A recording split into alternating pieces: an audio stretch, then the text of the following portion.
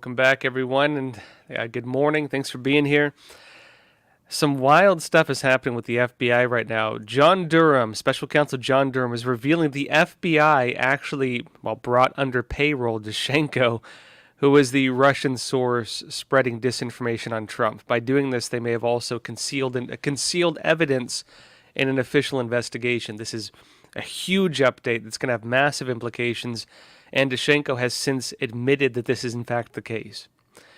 Also, folks, the J6 investigations are getting closer to someone named Nancy Pelosi, which we'll be going over because, I've been saying for a while now that really this is going to be her Benghazi. Once things flip around, and they will, this is going to be her Benghazi. Also, folks, True the Vote, you might know the company, did the documentary with Dinesh D'Souza, 2,000 Mules. They're currently being targeted by the FBI, and there's some new updates on this I want to go over. Folks, that said, a lot to go over today. It's going to be a great episode. Those of you on, I don't know if we're on YouTube. Are we on YouTube? If we're on YouTube, we're going to jump over to Epic TV after about 25 minutes. So remember, there's a lot we can't say on YouTube. YouTube doesn't like us very much at the moment. We're still on the regular channel. Thank you all for being here. Quick update for you folks on YouTube, because I know we haven't been publishing much. The reason for that is we were blacklisted for like a week because they gave us a strike. So we couldn't post anything, not even alerts to you to tell you that we couldn't post. After that, we couldn't post videos because, it was just too spicy. And then after that, YouTube deleted completely our highlights channel. Not our main channel, but the highlights channel. I think YouTube doesn't like us very much at the moment, but we'll be here until they kick us off entirely. Hopefully, it doesn't happen. I'd rather keep this. This outlet. But of course, Epic TV is the future of Crossroads, and Epic TV is where we can do pretty much everything because I can actually talk freely there. In fact, I told you the stories we're going over today. I can talk about the FBI story on YouTube. I cannot talk about the Pelosi J6 one, and I cannot talk about the True the Vote one. YouTube will very likely give us strikes for that. In fact, the strike they gave us for the Dinesh interview, that was a trailer for an interview we did with him like months ago. They gave us a retroactive strike. They're crazy with censorship. There's a lot of stuff that I cannot talk about on YouTube. So again, I'll go over the first part today, then we'll jump exclusively to Epic TV, where they won't ban us for talking about things, and it's fantastic. So come and join us over there. There's always a great discussion, a great crowd over there. All right, folks, that said, let's start off. I want to talk about the FBI and really how things are not looking so hot for them right now on a few different fronts. It's actually interesting. You have multiple FBI whistleblowers stepping forward. You have lawsuits against the FBI. Trump has his case, getting the special master appointed, which, in fact, the hearing is going to be pretty soon, I believe in a day or two. Also, Mike Lindell is suing them over taking his phone and his hearing aid. There's some interesting stuff, and really, they're under a lot of fire right now. Is maybe a nice way to put it. But let's start from the top. Basically, the big update on the FBI is essentially the FBI took on John Durham as a source, a paid source, meaning that one of the key sources of the Russian disinformation that was used to undermine the entire Trump presidency was working for the FBI. The FBI was spreading actual Russian disinformation, claiming that Trump was spreading Russian disinformation, playing into the old standard, way of doing things that they have, which is they accuse others of doing what they themselves are doing. But by doing this, while they were working with Russia to undermine the sitting president of the United States and to launch an attempted coup to remove him from office, because James Comey, you might remember, former head of the FBI, actually used the whole Trump-Russia thing and, Trump's alleged obstruction and all these things to get a special counsel appointed, which then tried to remove Trump from office, while they knew full well that the entire thing was fake. This is big for them because it essentially means that the FBI was, doing what they accused Trump of doing, and frankly, probably committed some pretty big crimes in doing so. It also means the John Durham, special counsel John Durham case is inching closer and closer to the main targets, which I believe is going to happen eventually. Because as I've discussed previously, what John Durham is doing in his indictments, they're inconsequential, essentially. It's like people who just, lied under oath and things like that, or were accused of it. Nothing's really held up so far. But with each case, new evidence is revealed that is inching closer, not to the people on the periphery, which it is hitting right now, and it's frankly whether they get thrown in prison or not is not the big deal. The big deal is the evidence that is coming out. The evidence is being proven, which is getting closer and closer to the folks in the FBI and the Clinton campaign and the Democratic Party who fabricated this entire thing and tried to use it as a coup against the President of the United States. Let's talk about this, folks. New York Post had this story. Let's go over it. It says the FBI knew Russiagate was a lie, but hid the truth. Now, I'd say it's further than that. Not only did they hide the truth, they tried using the lie that they fabricated in the person they hired from Russia, ironically, to again try to remove a president from office. But it says this: the FBI knew the Trump-Russia collusion narrative was utter bunk, even as it suggested otherwise to Congress, suggesting they lied under oath, the courts, and the public early in 2017. Evidence revealed by special counsel John Durham proves it beyond dispute. At Real Clear Investigations, Paul Sperry lays out the case. He says, declassified for Durham probe, March 2017 memo prepared by Lisa Page. Remember, she was the one having the affair with Peter Strzok, these two FBI agents, top-level brass, who were part of this whole Trump-Russia scandal. Lisa Page for FBI head James Comey, the one who helped get Robert Mueller appointed to try to remove Trump from office. We're meeting with the Congress Gang of Eight, the bipartisan House and Senate leaders, who oversee the most classified stuff, was a total cook-up job. It advised Comey to present accusations that Trump's campaign chair, Paul Manafort, and foreign policy advisor Carter Page were working with the Russian government as coming from a confidential Russia-based source. This is where it gets interesting. They're Russia-based source with real intel community chops. In fact, this is what happened. The FBI had already established that the root source was U.S.-based former Brookings flunky Igor Daschenko's utterly speculative gossip with an ex-girlfriend and a Democratic Party hack. So it was Russian source Daschenko who basically fabricated the entire thing alongside his ex-girlfriend who was, of course, tied in with the Democratic Party. It says that, plus publicly reported info, was all Christopher Steele, the retired British agent who they hired to do this whole thing through Fusion GPS. That Christopher Steele, a retired British spy who doesn't even speak Russian, had ever had the chance to back up his dossier. And the FBI knew it since at least January 2017 when it interviewed Daschenko. James Comey, remember Comey? Former head of the FBI, the one who again appointed Robert Mueller, or wrote the memo requesting it. Comey hid all of this during his meetings and after.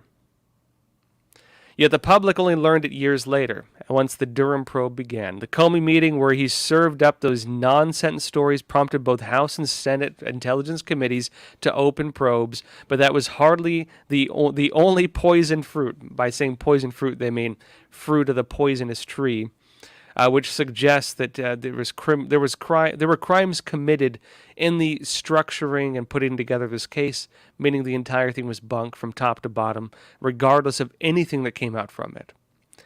Says FBI Deputy Director Andrew McCabe, Counterintelligence Officer Peter Strzok, the one who was having the affair with Lisa Page, Analyst Brian Auden, and Justice Attorney Kevin Kleinsman pretended the Daschenko is that fake Russian source they had, was credible to get the Foreign Intelligence Surveillance Court's okay for wiretaps on Carter Page and duped the Justice Department to keep granting approval for Trump campaign surveillance, which did not corroborate the wild claims. They used this to get these spy permits, things they should not have been legally given on American citizens. Again, all while they knew Daschenko had admitted it was baseless. You hear that, folks? This is some big stuff, and really, really exposing some top-level corruption in the FBI and everyone who was involved with this, including the Democratic Party, maybe even some Republicans, and the entire corrupt intel system that allowed this to happen. Hopefully they will all face charges for this as it comes out, and very likely Durham, this is the big thing. John Durham as a special counsel can bring charges. And so John Durham as special counsel, again, by introducing this evidence piece by piece, is expanding the narrative and expanding the story of what took place. Really, it's going to be inconsequential whether much happens with Disinfo. The big thing is going to be the information that comes out during this trial. Disinfo has since admitted that this was in fact the case, that he was brought on as a paid informant by the FBI. Now, folks, before we go further, we do have a sponsor today. Today's episode is brought to you by Secure. Over 155 million Americans are affected by data leaks in 2020. The average American had their personal data stolen about 4 times over the year. People get anxious because they can't protect their online data and activity. But now there's a new email and messenger app called Secure. That's Secur. That can give privacy and security for sending emails and messages.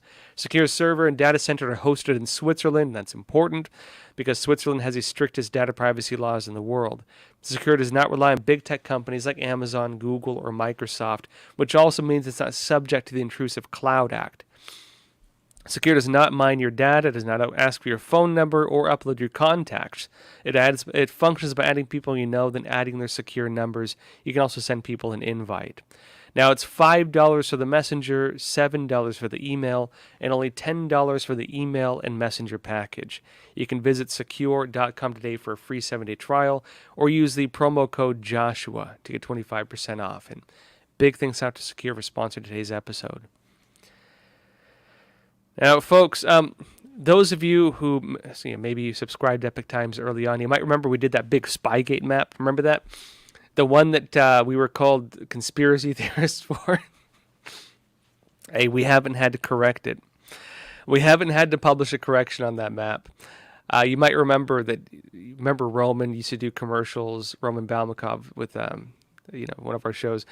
Roman used to do commercials on Facebook and so on, and they were like, "Oh, Epic Times is spreading Russian disinformation, unfounded claims about Spygate and all that stuff."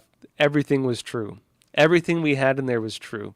And we haven't had to publish any corrections. And right now, frankly, a lot of other media really should publish corrections, but they're not, probably, because they just don't do it for some reason.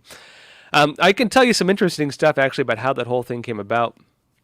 That was actually... So originally, I was asked to do an article. It was before I had Crossroads, actually. I had a show at the time. Or I was just writing articles at the time. Basically, remember that this report came out from the Obama intel community about the breach of the Hillary Clinton, the Democrat servers, and remember WikiLeaks was publishing documents online. At the time, I used to cover a lot of cybersecurity news, and so I was particularly interested in that story. I wanted to see how the DNC servers were breached and all these things. When they released that big document, laying out how the breach took place, I remember reading it because this was the basis of the whole Trump-Russia thing. Remember, right? Going way back to the very beginning of it. The whole Trump-Russia narrative started with the idea that that Russian sources had breached the Democrat servers and the Hillary Clinton servers, and there was even some George Soros stuff, Open Society's foundation. They claimed it was breached, and then people provided that information to WikiLeaks, and there was another random site as well. When the document was released by the Obama era intel community that allegedly detailed the hack, I remember reading it, and I was like, "This doesn't look like a normal report on a cyber breach." Normally, when you read reports on cyber breaches, and I used to read them all the time because I used to cover that stuff a lot. They lay out the technicalities of how the breach took place, the real technical details of it. The report the Obama administration released didn't show any of that. Basically, they said that Russian sources, that Russian media like RT, that it was making pro-Trump and anti-Clinton articles, and because of that, they were saying obviously the Russian government has a pro-Trump, anti-Clinton bias, which was a weird way of suggesting that Russia had in its interest to like rig the election, especially because it came out later that they were playing both sides. And then when it got to the cyber part, rather than show how the breach took place, it was a several-page report on how cyber attacks work. Like, I'm serious. Let me explain that. They didn't provide any evidence of a breach. There was no evidence. What they showed instead was just a technical breakdown of how cyber attacks technically work. And for most people who, had no knowledge of cybersecurity or how these reports normally look, it would look technical and they'd be like, oh, wow, this looks like it lays something out. It didn't have anything. I saw that and I was like, okay, this whole thing is a bunch of nonsense. This is weird that they're releasing a report like this. They're obviously lying to the American people. I started looking into it. Over time, Epoch Times uncovered the whole system of how the whole Spygate scandal works. And it was, in fact, myself and our chief editor, Jasper Fokkert, who were sitting down. He's from Netherlands, right? We were sitting down and talking about how basically how to tell this story, because you were dealing with the story with 70-ish moving parts. And to understand each one, you needed to understand basically how it intertwined with all the rest. It was a story that would have been borderline impossible to tell and have most people understand it. And so we were discussing how to tell it, and we said, why don't we do an infographic, right? And of course, that resulted in the poster-sized infographic we started giving out with subscriptions, which you can still find actually on our site. Yeah, there we have it. That's just the top half, actually. There's two parts to it. There's the top and the bottom. And by doing so, really, we, I think, blew the lid on the whole story. Really, we laid out the whole case. We haven't had to publish any corrections on this. And, that's what you're looking at right there was an experiment in investigative journalism. It was that's actually an investigative report, but it's laid out as an infographic. And I don't think anybody's really done anything. Maybe I've never seen it, but I don't think anyone's really done an investigative report, investigative journalism in the form of an infographic. Actually, for a lot of you on the back of that, we actually had like a 7,000 word article as well, which laid out the whole thing. I think it was Jeff Carlson who did the one we printed on that normally. And so basically, this whole scandal, it goes straight to the top, folks. This thing goes straight to the top. There was involvement, at least to some extent, with Barack Obama, Hillary Clinton, John Brennan, James Comey, and the rest, who defrauded the American people with this scam and used that scam to spy on American citizens, to undermine when Trump was still a candidate, to undermine a candidate's campaign for president, and then to undermine and attempt to remove, using false evidence, a president from office. That was multiple levels of crime. FISA abuse, which is the standards of spying on American citizens, abusing that process, the manipulation of the legal system, the manipulation of the FBI, the manipulation of the intelligence agencies, the manipulation of the media, the lying to the American people, and the attempted removal falsely with information they knew was false of the President of the United States. This was a coup. It was a political motivated attack, and frankly, every person involved with that should be thrown in prison. Hopefully soon that will happen. Now, that being said, I want to go deeper into this. The Federalist had this story going further into the new information coming out in Disinfo. It says this. It says, our federal government paid for Russian disinformation to frame the President of the United States for colluding with Russia. And it says the FBI put a contributor to the Hillary Clinton campaign's Donald Trump smear dossier on FBI payroll as a confidential human source after investigating Igor Disinfo for allegedly spying for the Russian government, revealed special counsel John Durham in a court filing unsealed by a Virginia federal court yesterday. The filing contains this bombshell and 7 other significant details about the Democrat-led plot to use U.S. intelligence agencies to deny Americans the results of their choice for president in 2016. The FBI made Disinfo a confidential human source, providing him and the FBI's use of him national security cover, suggesting that by doing so, they were also withholding evidence from official investigations, which should be another crime. In March 2017, and terminated that designation in October 2020, meaning all through the Trump presidency up until soon before the 2020 elections. According to the, right before, in fact, right, that was November, and they only ended that in October. According to the court filing unsealed on September 13th. Disinfo is the originator of the false claim, trumpeted all over global media, that Donald Trump told prostitutes to pee on beds. I'm serious, they actually said that. The Obamas had slept in a Russian hotel. The FBI had previously targeted Disinfo, Christopher Steele's primary source, as a possible Russian agent. But after discovering Disinfo's identity as Steele's subsource 1, rather than investigate whether Disinfo had been feeding Steele Russian disinformation, because they believed he was a Russian spy, the FBI paid Disinfo as a CHS, a confidential source. Now, further in, it states, Disinfo faces trial next month on 5 counts of lying to the FBI related to his role as Steele's primary subsource. 1 count of the indictment concerned Disinfo's denial during an FBI interview on June 15th, 2017, of having spoken with PR Executive 1, they don't say who that is, we'll see, about any material contained in the Steele dossier. PR Executive 1 has since been identified as the Clinton and Democratic National Committee connected Charles Dolan Jr. You hear that, folks? People, one of the guys tied in with the Clintons and the DNC, the Democrat Party. Also, according to special counsel's office, Disinfo fed Steele at least 2 false claims about Trump that originated in part from Dolan. Now, why does this matter? They got basically the way this case is being laid out.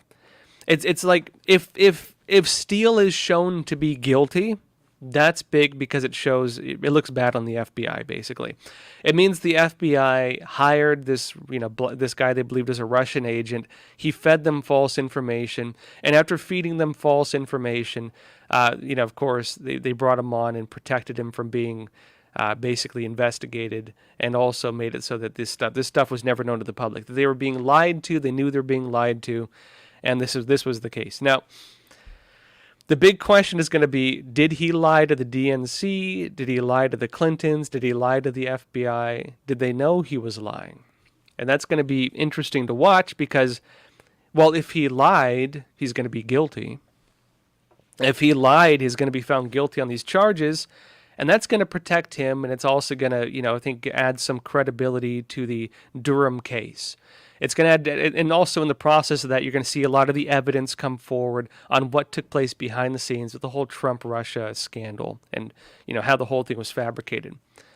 But if he's found innocent, that's actually worse, in my opinion. Because if he's found innocent, it means he did not lie to them. And if he did not lie to them, well, that might mean that, they were maybe part of the whole scam as well, that they were in on it, and that they knew the information they were being told maybe was false, and so on. In some ways, it may be actually worse for the FBI, the Clinton campaign, and the DNC if he's found innocent than if he's found guilty.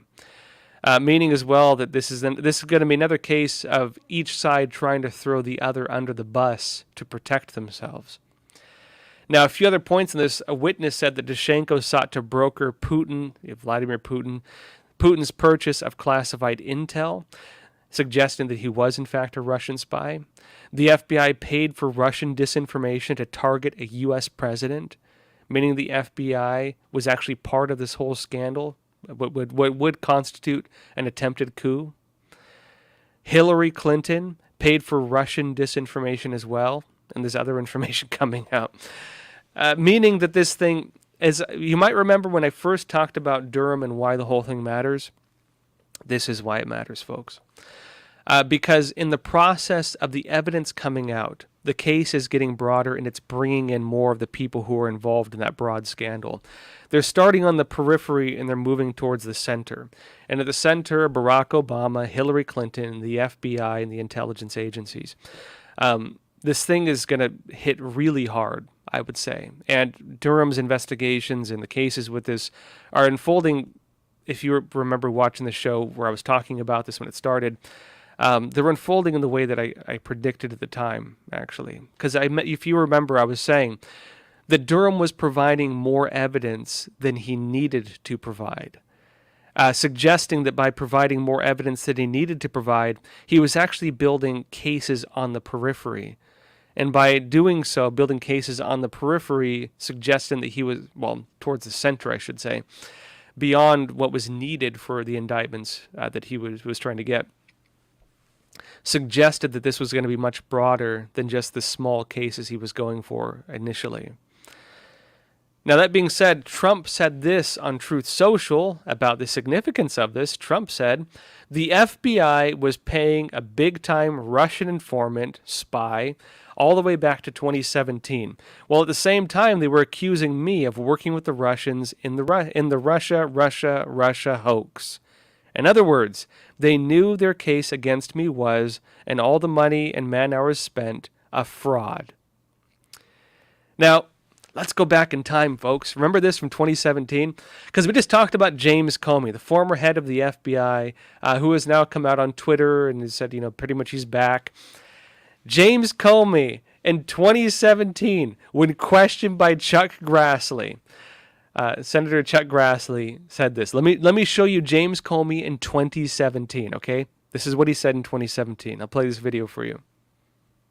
This one we expect an answer on. Do FBI policy, just the policy, allow it to pay an outside investigator for work another source is also paying him for as well? Want me to repeat it?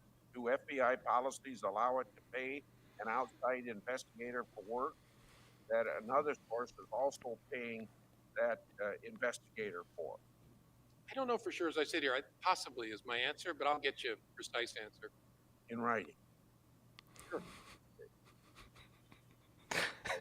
Do you get that, folks? That was 2017.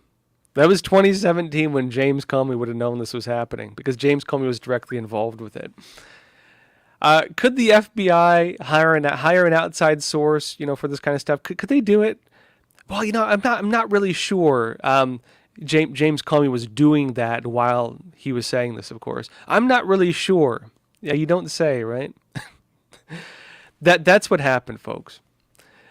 Now, just to emphasize the importance of all this, Hans Monk, the Epic TV show Truth Over News, actually had a great tweet on this. Hans Monk and Jeff Carlson, they've been doing some fantastic investigative reports on this. If you haven't seen their channel, it's called Truth Over News. They've been focusing a lot on the Spygate scandal. Jeff Carlson and Hans Monk are the two top experts on this. Hans Monkey, and then also they do a lot of stuff on COVID and the investigations and Fauci and stuff like that as well. They do really good investigative reporting. But Hans Monk said this on Twitter. He said, while Durham's latest revelations are extremely damning for Disinfo, they are far more damning for the FBI, who appears to have perfidiously used the CHS mechanism, that's classified source mechanism, to take Disinfo off the grid and bury the fact that he had disavowed the dossier. In other words, the FBI, by bringing Disinfo on board, paying him, hid him from investigations, suggesting they were concealing evidence from official investigations. Now, by concealing evidence from investigation, they may have committed a crime just by that alone. And also the fact that by doing so, they buried the fact that Disinfo had actually disavowed the dossier.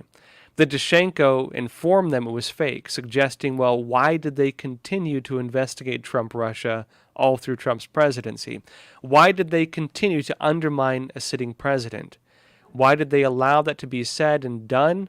when you had a special counsel investigating the President of the United States? And why did they allow it to be said and done when a president's entire time in office was being undermined by this? Why did they allow this to happen? Why were they involved in making it happen? Why did they conceal evidence from investigations, making sure it wasn't revealed? Those are going to be the key questions that these folks are going to have to really fess up to. And those are the key questions that may put some of them in prison. We'll see how it unfolds, though. All right, folks, that said, let's jump over exclusively to Epic TV. I want to go over the J6 investigations getting closer to Nancy Pelosi and what's going on with that, because there's a few updates. Before we jump over, I had a really good interview just recently with Andy Puzder.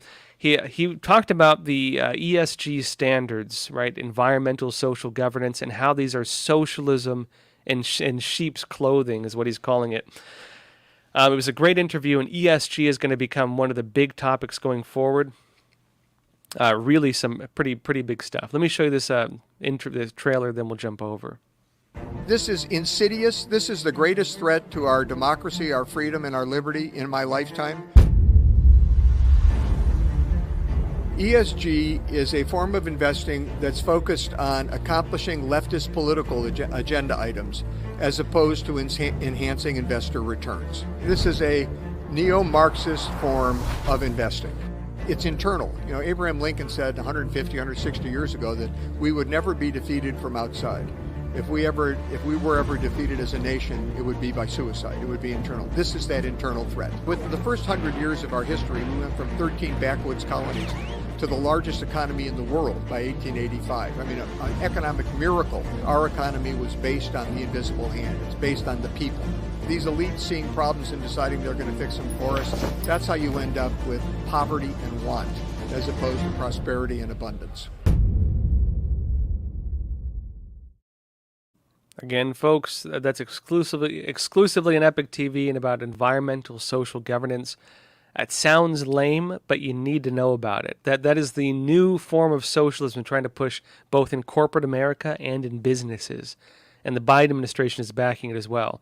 It's important everybody knows what ESG is, because that's their new that's their new chess piece on the board they're trying to move around. That said, folks, we will jump over exclusively to Epic TV because it's going to get a little too spicy for YouTube. So come join us over there. See you soon. All right, folks.